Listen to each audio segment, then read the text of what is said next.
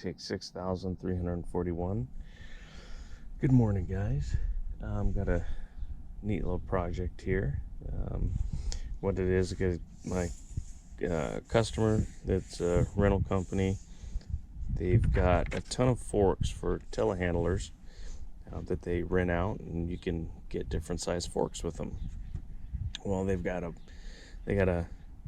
quite a selection of them, and they'd like to keep them all together on a rack. So I put this design together. Hopefully it works, but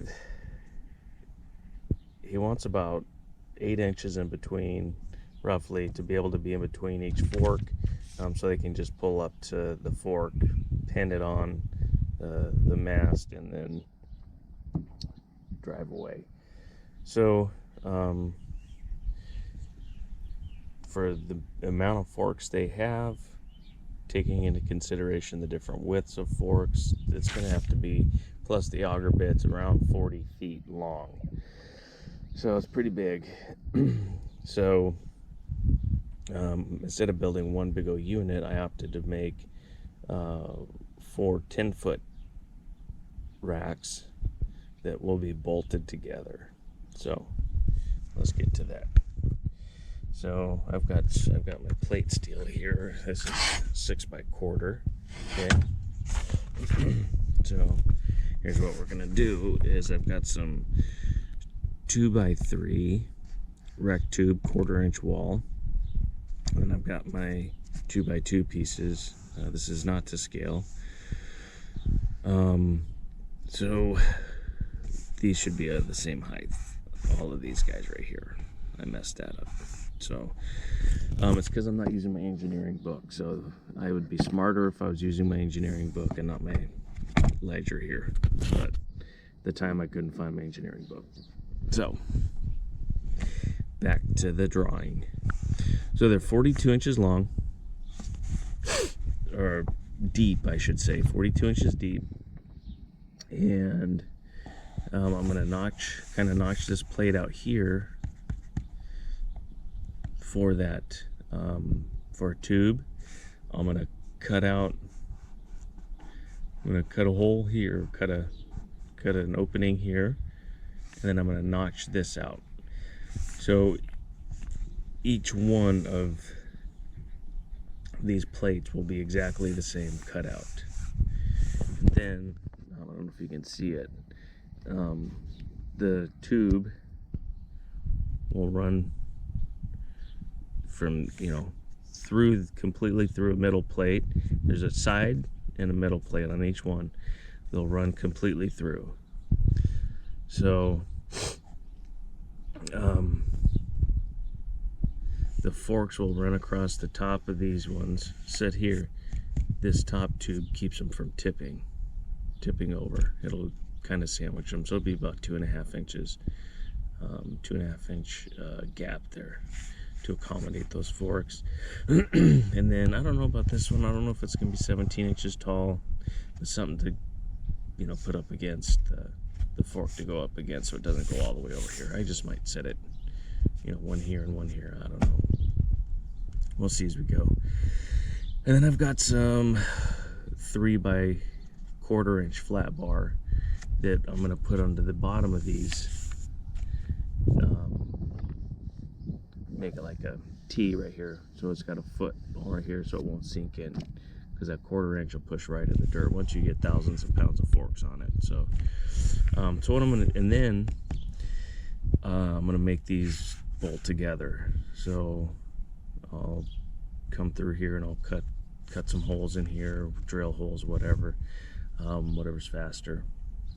And I'll bolt the 4 units together, and now we'll make the entirety of the system. Then they can unbolt it, move them around, put all forks on one of those units or 2 of them, load them on a truck, unbolt the unit, load it on a truck, and haul it. So there's some options there.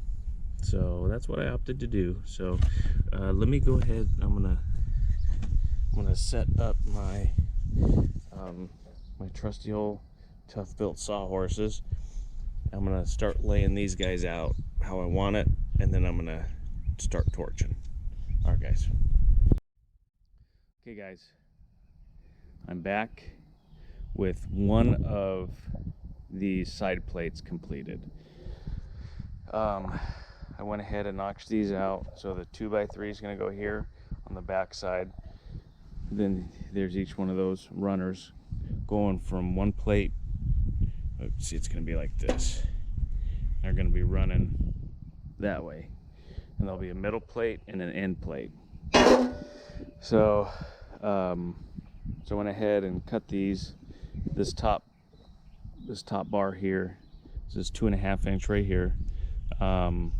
This can be recessed a little bit, and I'll weld all around there, give it some extra strength. And then, like I said, some flat bar is going to be right here, give it a foot, right? And I'll probably come up to the side a little bit, to the front and to the back, and then around the front here I'll probably do the same thing, just cap that and help keep it get some strength too.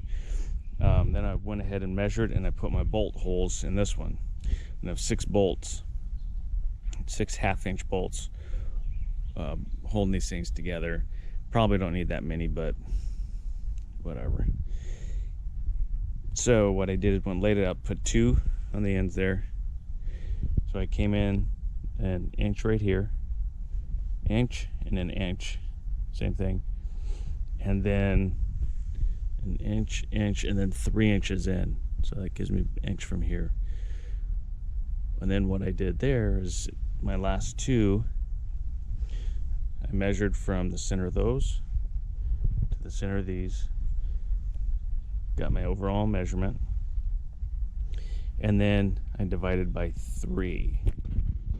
So I divided by 3. So if you guys are trying to lay out holes and you're trying to get even measurement, so you're going to get your overall measurement, okay, there to there, and then divide it into how many segments, right? So this one I had 2 extra bolts there and there, which I need 3 even segments, right, don't I? So I would take that length, divide it by 3, and it gave me 12.66 or whatever. So here to here is 12.66, here to here is 12.66, and here to here is 12.66. That's how you lay out your bolt holes, guys. I know a lot of you probably already know that, and there might be a simpler way, but if this is new to you, just remember that. So I won't make them all like this. I'm gonna just start cutting, notching these out, and then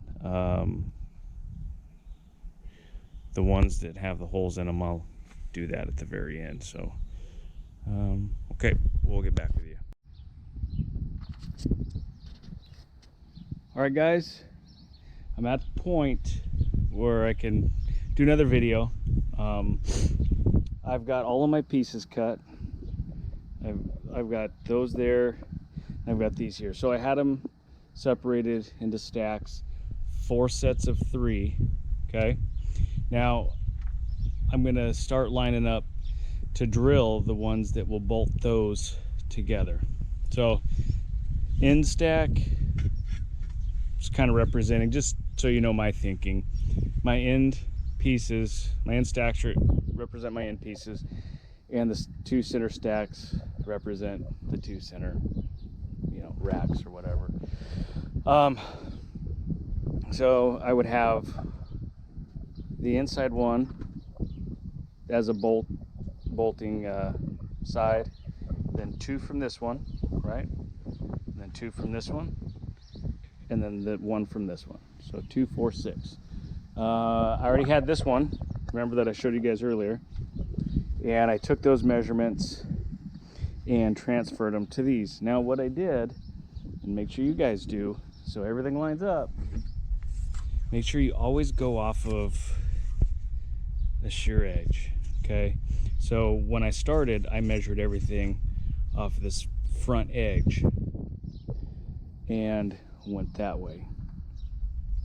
The reason being is because when they cut these dudes, and you're gonna find this, nobody is perfect.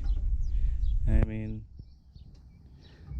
right there. Some of them are, man, that one's way under, right? If this was a project where that specific measurement, the 1/8 off or the 3/16 off, would matter, I would pitch a fit. Oh, somebody's revving up their Challenger over there or something. I don't know. Anyways, it's not cool. So that's why I always use just a known edge. Okay, make sure everything's lined up like it is. Boom, boom, boom. And I started pulling the tape. I came an inch off, all the way down. Okay, and I came out here. This measurement, measurement, measurement. Okay, everything out here, that's just wild, right? It doesn't even matter. And then I came back, measured this way, and did my bolt holes that way. My center one's there, and then my end one's down there. So if we lay, all right, let's just pick this guy up real quick, and just to double check, you know, because you want everything to kind of line up, you know. That makes things nice. You're trying to bolt things together, especially you know, you made them in one spot and take them to another, and then, right? I mean, it's always kind of nice when things work out in your behalf. So always make sure that they do. See, like that one's way off. Well, actually, I'll probably just, that one's good. My cuts are a little jagged. Don't pay attention. We're not paying attention to these guys. We're paying attention to those bolt holes. Okay? Look at that. They're all good. All good. All good. All good. Man. Okay. So that means we did it right. So what we're going to do is I'm going to do a center punch on all those. I'm just going to start drilling. So obviously there's some things here I'm gonna have to come back and clean up inside here and whatnot.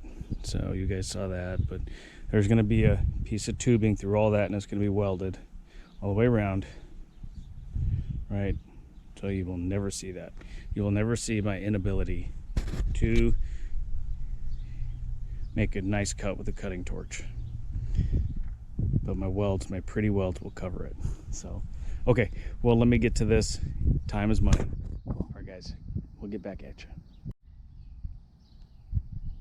Okay, guys, real quick, I started the drilling process, but I just wanted to touch base real quick on the drill that I'm using. As you can see, it's Ryobi. I don't know if I've ever done my review on Ryobis or not, or if I even talk about them, but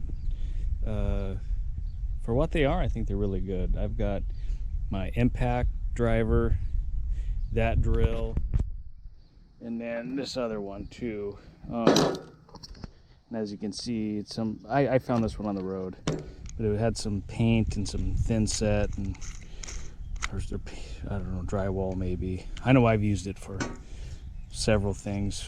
There's some thin set there. Grout and everything else. I've used it to mix with, and I've got these lithium batteries for them, and I think they're pretty good. I'm happy with them. Man, I can get these things hot, and it almost smells like you're frying codfish or something. I don't know. But they don't smell too well, but you know what?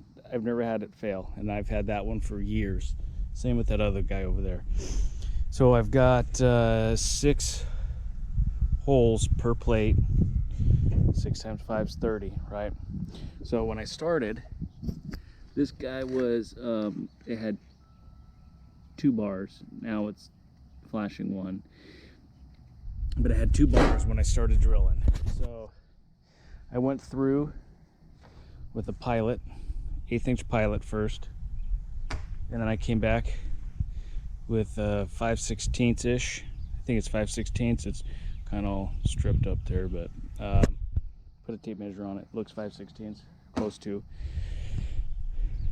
So I did my first 1/8 inch, so there's 30, and I came back and did 30 5/16 holes, and I started to get up to my 9/16 here, and I finally decided it was done.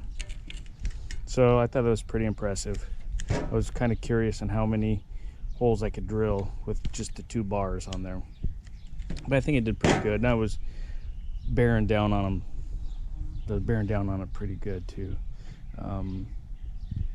But let me finish this up. I got a fresh battery, but I just wanted to just let you guys know that, you know, if you're looking at just starting business or looking at for something cheap to use that you may destroy but you want it to last, I mean, Ryobi's pretty good. You know, everybody's got their preference. I've got DeWalt power tools.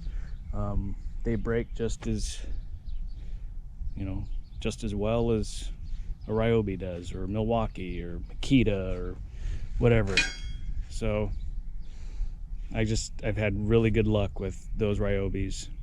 So yeah, whatever. That's just my review on that. I really like them, but I did all those holes so you guys can see what it did with just 2 bars on that battery. So okay, well, let me get back to it. All right, guys. Well, all the holes are drilled. That's the good news. The bad news is I may have spoke too soon about my Ryobi drill not failing on me. I mean, I did drill quite a few holes, but one of them, this one in particular, oh, you can see, ooh, actually, got a little hot, still a little, ooh, a little squishy. It appears I melted the case on this thing. Well, ooh, that's hot. And I've been done with that thing for probably 10 minutes. So, but all in all, I would say it did a good job. It did. That was the one I found on the road. Man, that's pretty cool. Look at it, just melted that case. Ryobi, if you can hear me, I need a new drill. All right, guys. Okay, I got my very end one done, so that's going to be all the way at the right end. Okay, if you notice, the holes are over here, so I'm kind of working backwards. So did that for a reason, but anyways, here we are. Got this one all tacked together, squared up. If you notice, it's upside down. Right, so I'm gonna flip it that way. But I did that because this is notched, and once I got everything on, make sure you get that middle one in. Don't put the side ones on without that middle one. Once I got it all in there, spaced it out, it's about 1/8 of an inch inset. Okay, I did that one very last. So I did this one and this one, and I measured across, make sure they were both 1/20 and 1/2 inch.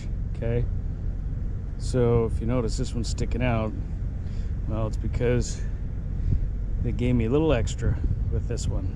So I'll just come back and torch cut that off, because this is going to be a bolted side tube, right? So I got these tacked in. I tacked everything on the same side. See, this side, that side, everything on this side of the beam. And I did that so when I square it up, it'll pull evenly, either this way or this way. So I got everything, I got those all tacked in. Then I put this guy in and I set it right in that notch and did the same thing. Tacked one side, measured over, tacked this side, and then it came over and tacked this side. Okay, so the only squaring I had to do was on this. So I would tack the top, and then I would come down here, square that up, and tack the bottom. Do it on the hinge side though, so it's gonna hinge right here, right?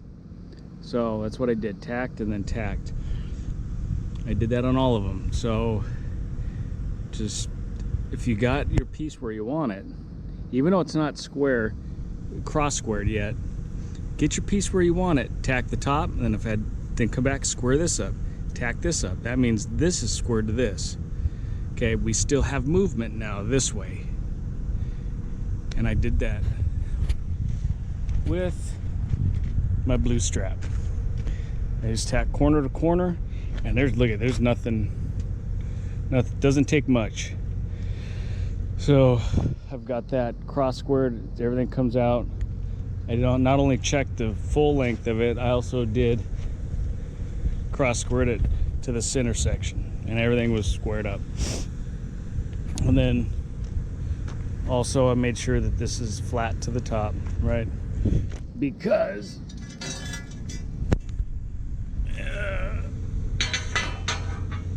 this is gonna set there, so something like that, right? Something kind of like that. Yeah, see, it's got a little burr there, so he's knocked that thing off, but a little berry. And then so what I'll do is I will hard tack, so I'm gonna 4 corners on all these now, finish that off, then I'll come back and I'll tack my feet on, okay? Get them all done. And then well, I might do full welds on those guys, since I don't mind doing them overhead, but it's easier, you know, if they're flat, whatever. So yeah, so I'll do that first. I'll do those welds across the top, then I'll put the feet on, and then I'll flip it over and do the tops again, and then the vertical welds, and then it'll look like that guy. But I got a few other things I got to do. There's some notches down there that'll be on top, and I'll put that crossbar in. But when I get to that point, I'll show you guys. And still got my another crossbar to put in too, but I haven't figured out the size of that one yet. So let's get to that point, and then we'll turn the camera back on. So let me get to welding. All right, guys.